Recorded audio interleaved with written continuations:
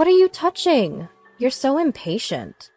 Isn't that adorable? A son will always love his mom, no matter how old he gets. In the otherwise quiet house, only the bathroom was abuzz. Without a doubt, it was my mother and my husband in there. The third person was undeniably my mother-in-law. Their excitement was mounting on the other side of that door. If I were to speak up now, would my voice, which shouldn't be here, reach them? My name is Abby. By some accounts, I'm a career woman. Even after marriage, I've continued to work hard. And now, at 39, I hold a responsible position. In my stead, the house husband role is filled by my husband, John, who is 10 years younger and currently works from home. As our daughter Ellie grows up, John has steadily become a better cook. Moreover, he has become quite the expert in childcare, and thanks to him, Ellie, now 5 years old, has grown into a lively girl who loves playing outdoors. Our house is close to my in-laws' place. It was initially a rental owned by my father-in-law. When the previous tenants moved out, he refurbished it into a beautiful standalone home. Gratefully, he gave it to our family as a wedding gift. We also have my sister-in-law's family living nearby. They have a child of the same age as Ellie, and we enjoy a close-knit family relationship. Additionally, John has a good relationship with his mother, while I've always had a tough relationship with my mother. I had always admired their healthy parent-child relationship, even before we got married. Still, the reason I cannot warm up to my own mother is probably because I can't accept her audacious habit of using my cosmetics without my permission. Our relationship with my parents, who lives within biking distance in the next town, is somewhat lukewarm. Our peaceful daily life was shattered due to an incident that happened on a public holiday. That day, I woke up feeling sluggish, but since I had no fever, I thought I was just tired and went to work as usual. While we are off on weekends, we work on public holidays. It is only with the support of my family that I am able to continue this way of working. However, my body couldn't be persuaded by my will alone, and I had to leave work early in the afternoon, after a coworker noticed that I wasn't feeling well. I rested a little in the company's break room, and then returned home. I think it was a little past 2 p.m. when I arrived. "I'm home," I called out when I opened the front door, but there was no reply from either Ellie or John. I saw 2 familiar pairs of shoes neatly aligned near the front door as I was thinking about reducing Ellie's nap times in preparation for her starting elementary school. Even though I found it odd, I wanted to change into comfortable clothes, so first I headed to the bathroom to wash my hands. The sliding door connecting the hallway straight to the bathroom was open as usual, but I stopped before entering, unable to take another step forward. I saw scattered adult clothing and underwear, and from the bathroom, I could hear cheerful voices. They were unmistakably those of John and my mother-in-law, and even my own mother. Despite my confusion, I instinctively covered my mouth and managed not to scream. Could it really be John and the others in the bathroom? I couldn't believe it as I strained my ears to listen. I had never heard such a sweet, coquettish voice from the mothers, but when I thought about it, matching it with the shoes at the entrance, it was undeniable that those 3 were in the bathroom. "Isn't Ellie off from kindergarten today? Where did you leave her?" "I left her with my buddy. Don't worry, he has kids about the same age as Ellie, so it's easy to make excuses to Abby. And I've told him I've got an important online meeting I can't miss, so he understands that I'll be at home and might pick her up late. So forget all of that. Let's not waste our precious time together." The 3 of them, unaware of my return, were having a great time. My mother blushing like a maiden, and my mother-in-law pleading in a voice that was hard to believe was directed at her son, and John seemingly satisfied managing the 2. 3 voices I didn't want to hear echoed through my head in the small bathroom. Ugh, disgusting. Overcome with nausea, I crumbled to the floor. I wasn't sure if the involuntary sound I made was due to my sarcastic feeling that the three of them, who were obviously enjoying themselves, wouldn't hear me, or whether I wanted them to realize I was there.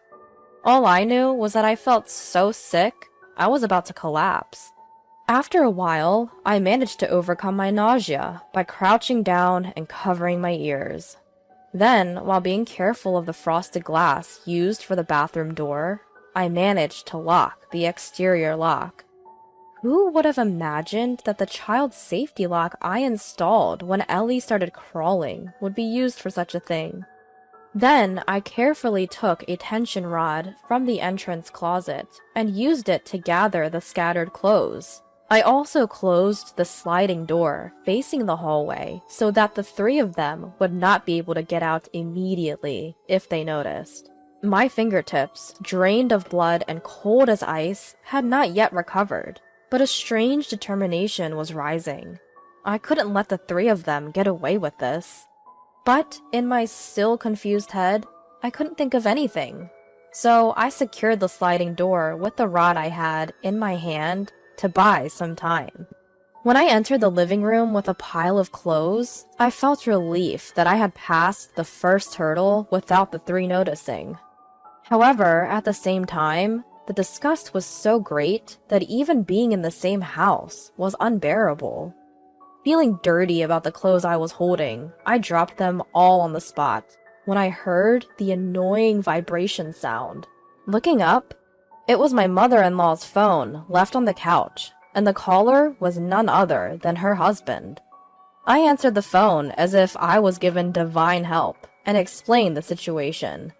As I sorted out the situation in my head, I tried to communicate this ongoing, abnormal situation to my father-in-law as emotionless as possible. Even as I continued to explain while suppressing the nausea rising again, my father-in-law, still confused, said in a flat voice, "I'll be there as soon as possible," and hung up the phone. But having talked with him, I regained some composure and made the call to the next person on my phone.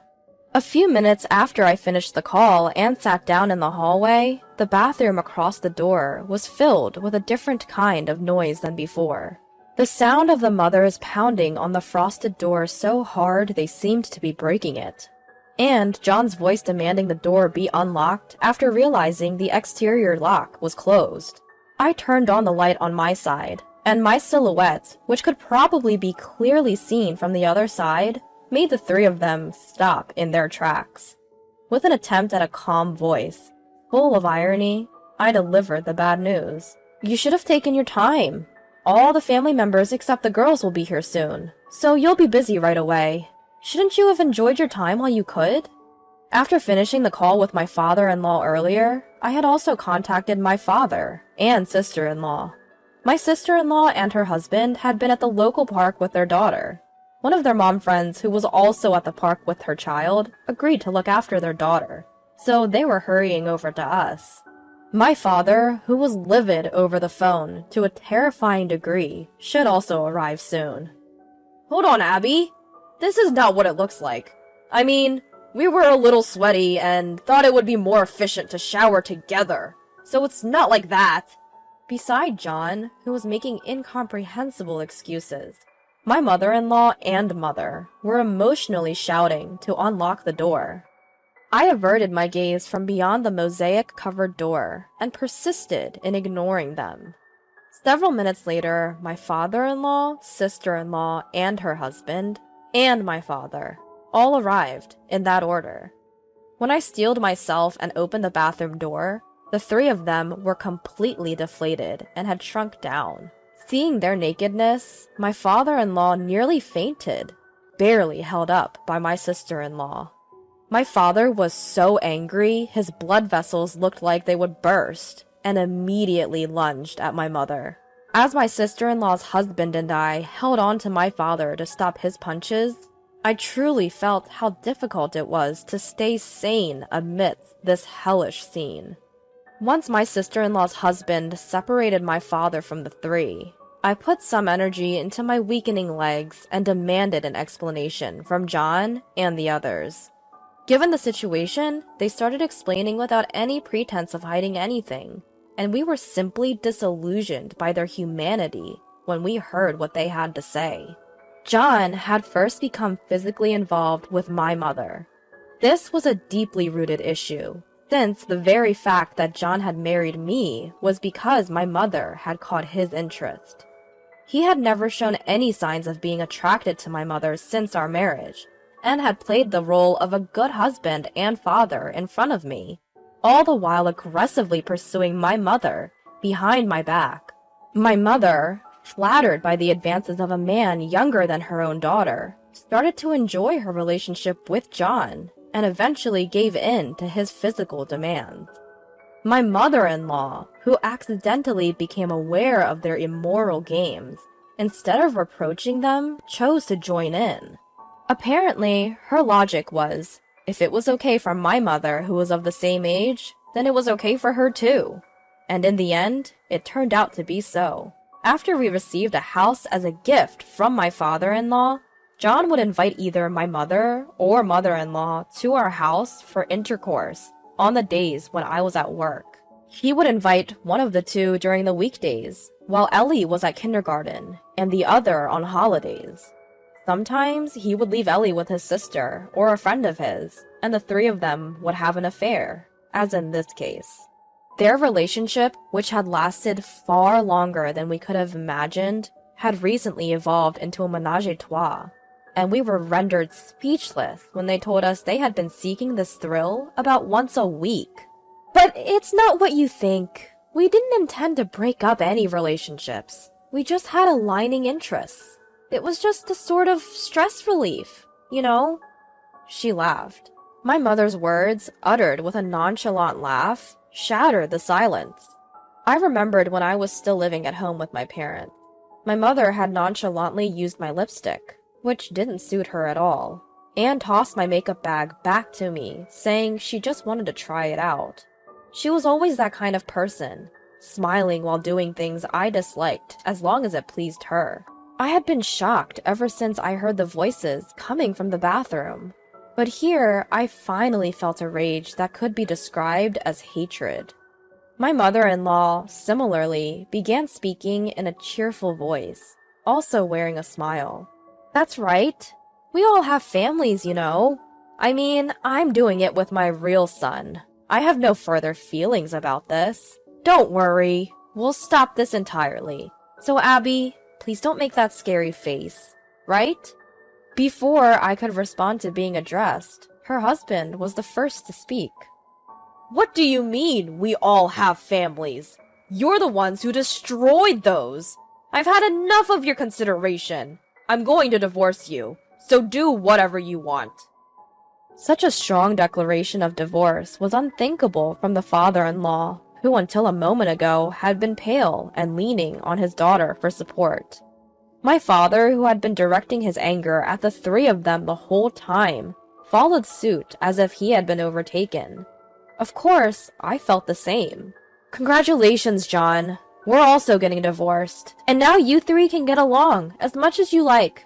Excuse my language, but just looking at you all makes me want to vomit. So I'm leaving. You don't ever need to show your faces to me again. Perhaps they had never dreamed they would be confronted with divorce by their spouses. Each of them begged for forgiveness in their own words. They pleaded with my sister-in-law and her husband, the only neutral parties in the room, to mediate. But my sister-in-law and her husband, who had been looking at them with open contempt, declared they wanted nothing to do with them and left, supporting her wobbling father. John, however, clung to me, begging for mercy and saying that he couldn't live if I left him. But he had just admitted that he married me to get closer to my mother. I couldn't comprehend how he could think we would continue as a couple. Without even looking at the three of them, I said to my father, "Let's go. Abby, I'll really do anything, just not divorce." Seeing John reach out to me, my father finally threw a punch. At John's sudden stagger backwards, both my mother-in-law and mother let out short screams. I took one last look at their frightened faces, declared that I would sue John for alimony and child support, and left. When I returned to my parents' house after picking up Ellie, I found a barrage of messages on my phone from the three of them. I didn't respond to any of them. After that, all three families ended in divorce. Both my mother-in-law and mother were penniless after being sued for alimony that they couldn't make up with the division of assets. My father-in-law and father had arranged for them to pay me alimony first since I had a child, and I've had no contact with them ever since. Because we had all lived close to each other, word of the incident spread quickly in our neighborhood, full of acquaintances. My mother-in-law, no longer able to bear being shunned by close friends and pointed at by mere acquaintances as disgusting, moved far away. My mother set up residence in town due to her lingering attachment to John and my father. But soon, everyone around her, including her relatives, came to know the cause of her divorce, and she found herself alone. No one was there to help her live alone for the first time at this age, and she is still living in loneliness. John was harshly rebuked and cut off by the friend who had been taking care of Ellie for him. It was only natural that the anger of the friend who had unknowingly been involved in the situation wouldn't die down, and John was devastated by being rejected by a friend of 10 years and feeling misunderstood. If only he had realized his mistake there. But he went on to tell a colleague at work, with whom he was close, about the incident. This led to the cause of the divorce spreading in the company, and John quickly lost his place there. He had just started going into the office again as remote work was lifted, and it must have been a tough environment for him. However, he had no savings since he had paid me alimony, and couldn't quit his job as he needed to keep working to pay child support. I moved to a child-friendly apartment that is well equipped with soundproofing and is barrier-free, where my sister-in-law resides. My relationship with my sister-in-law and her husband remains strong. My father-in-law and father also come to our place often, and they have all been very supportive of Ellie's growth. Moreover, when our divorce was finalized, my father-in-law sold the house we were given and used that money to cover John's child support payments. The house, which had never been transferred to John's name due to gift tax implications, remained under my father-in-law's name, which made the process go smoothly. I had intended to receive child support for Ellie's sake, but my father-in-law's quick thinking really helped, since I didn't want any contact with John. From now on, I would like John to work hard to repay the child support that my father-in-law provided. Of course, out of our sight.